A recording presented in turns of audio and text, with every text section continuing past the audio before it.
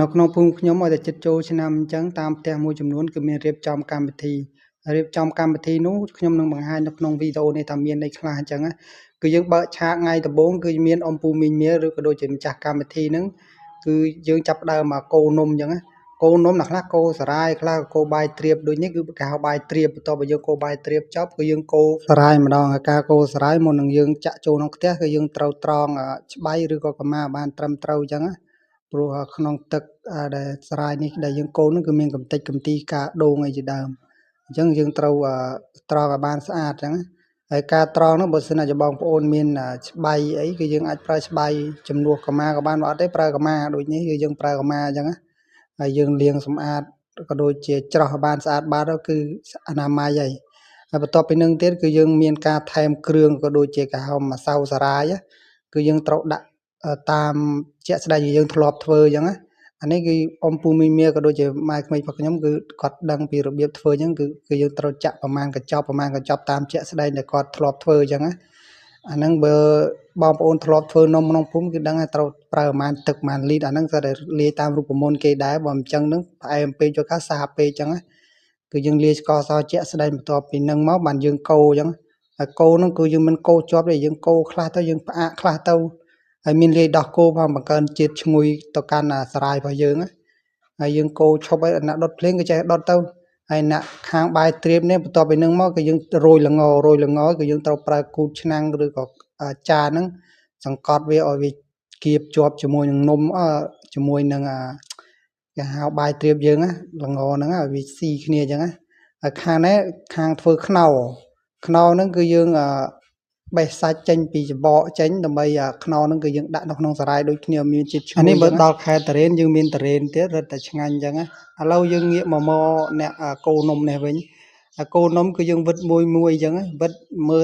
មើលជាក់ស្ដែងនៃនំនឹងដែរឬក៏ហៅសារាយហ្នឹងបើ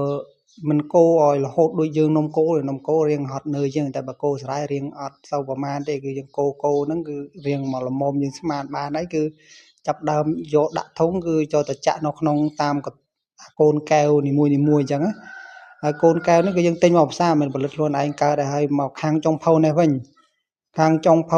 គឺមានអំពូមីងមាបងប្អូនយើងដែលម្ចាស់កម្មវិធីគាត់រកគឺមកច្រើនមែនតើនិយាយទៅកម្មវិធីក្នុងភូមិ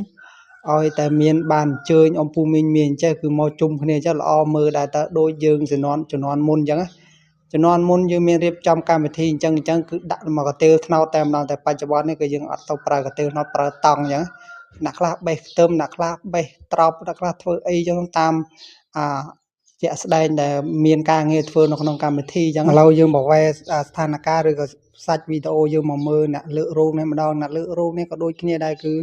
ញាប់ដៃញាប់ជើងដូចគ្នាដើម្បីជួយកម្មវិធីឬក៏ញ៉ាំងកម្មវិធីឲ្យមានភាពអធិកអធមនិងរីករាយអញ្ចឹងណាហើយនេះគឺខាងផ្នែកខាងអម្ចាស់ក៏ដូចជាពូអាចារ្យផ្សេងដែលគាត់រៀបចំមកខាងកន្លែងហើយក៏មិនមានតែប៉ុណ្្នឹងដែរមកមើលខាងយាយក៏ដូចជាអ៊ំស្រីឬក៏បងប្អូនស្រីខាងនេះក៏ញាប់ដៃញាប់ជើងដូចគ្នាអញ្ចឹងដែរហើយបន្ទាប់ពីនឹងទៀតគឺពេលរសៀលបន្តិចគឺយើងរៀបចំទទួលបាយទឹកក៏ដូចជា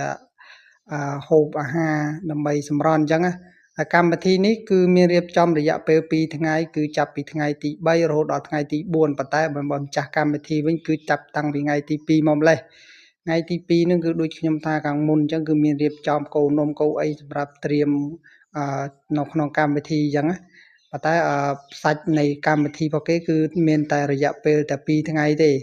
គឺថ្ងៃទី3បញ្ចប់វិញដល់ថ្ងៃទី4ហើយកម្មវិធីហ្នឹងគឺមានធំណាស់ទេមកល្មមលក្ខណៈគ្រួសារអញ្ចឹងណាគឺយើងរៀបចំមានការគោរពដល់ឪពុកម្ដាយក៏ដូចជាម៉ែដែលបានបង្កើតយើងអញ្ចឹងណាហើយយើងមានរៀបចំថ្វាយបង្គំក៏ដូចសុំកម្មាទោសឬក៏ងុយទឹកឲ្យនិយាយទៅចូលឆ្នាំជាចិនគឺមានរៀបចំកម្មវិធីអញ្ចឹងឯងគឺងុយទឹកឲ្យម៉ែឪដល់ក្អែលអីចឹងសុំកម្មាទោសដល់ពួកគាត់អញ្ចឹងណាហើយកម្មវិធីនេះខាងតំបន់ខ្លះក៏រៀបចំដូចគ្នាដែរគឺឲ្យតែចូលឆ្នាំគឺមានរៀបចំកម្មវិធីហ្នឹងហើយខ្ញុំគុនឃើញខាងស្រុកកំណើតខ្ញុំនោះក៏គេធ្វើកម្មវិធីហ្នឹងដែរហើយកម្មវិធីនេះនៅពេលដែលដល់ល្ងាចឡើងឬក៏ល្ងិតប្រលប់ឡើងគឺមានប្រសង់សម្ដែងប្រធមទេសនាក៏ដូចជាលើកឡើងពីអត្ថន័យនៃការធ្វើបុណ្យនេះអញ្ចឹងណា ប្រពន្ធនេះលោកទេសឬក៏ប្រសង់គឺមានសង្ឃដីកាតាក់ទងនឹងកម្មវិធីនេះគេធ្វើដើម្បីអីឬក៏គេមាននិយាយទៅខាងប្រសង់គឺពេលទេសគឺគាត់បញ្យល់តាក់ទងនឹងកម្មវិធីហ្នឹងតែយើងធ្វើយ៉ាងម៉េចអីយ៉ាងម៉េចចឹងបន្ថែមទៀតចឹងណាដើម្បីឲ្យខាងម្ចាស់កម្មវិធីផ្ទាល់ហ្នឹងគឺមានសទ្ធាជ្រះថ្លារឹតតែខ្លាំងមើលម្ចាស់កម្មវិធីនេះវិញម្ចាស់កម្មវិធីក៏មានត្រៀមសរងក្នុងនឹងក៏មានថវិកាបន្តិចបន្តួចចែកជូនទៅដល់ពុទ្ធបរិស័ទដែលបានមកចូលរួមក្នុងកម្មវិធីអញ្ចឹងហើយកម្មវិធីនេះក៏ខ្ញុំមិនថតបានពេញលេញដែរថតកាត់ត្រួសចេញពីកម្មវិធីហ្នឹងអញ្ចឹងហើយកម្មវិធីហ្នឹងមកចូលដល់ពេលព្រឹកចេះវិញក៏មានការនិមន្តព្រះសង្ឃទទួលចង្ហាន់នៅពេលព្រឹកម្ដងហើយនឹងពេលថ្ងៃត្រង់ហ្នឹងគឺយើងអត់បានទទួលចង្ហាន់ទេគឺយើងរៀបចំគេហៅរាប់បាតតែម្ដងគឺបញ្ចប់កម្មវិធីយើងនេះក៏បានឈានមកដល់ទីបញ្ចប់ហើយដែរបើសិនណាជាបងប្អូនបានទស្សនាវីដេអូរបស់ខ្ញុំមានពាក្យពេចន៍កន្លែងណាមួយខ្ញុំនិយាយមិនសមរម្យឬក៏ខុសអក្ខរាវិរុទ្ធក៏សូមខន្តីអភ័យទោសជួបគ្នានៅវីដេអូក្រោយថ្មីទៀត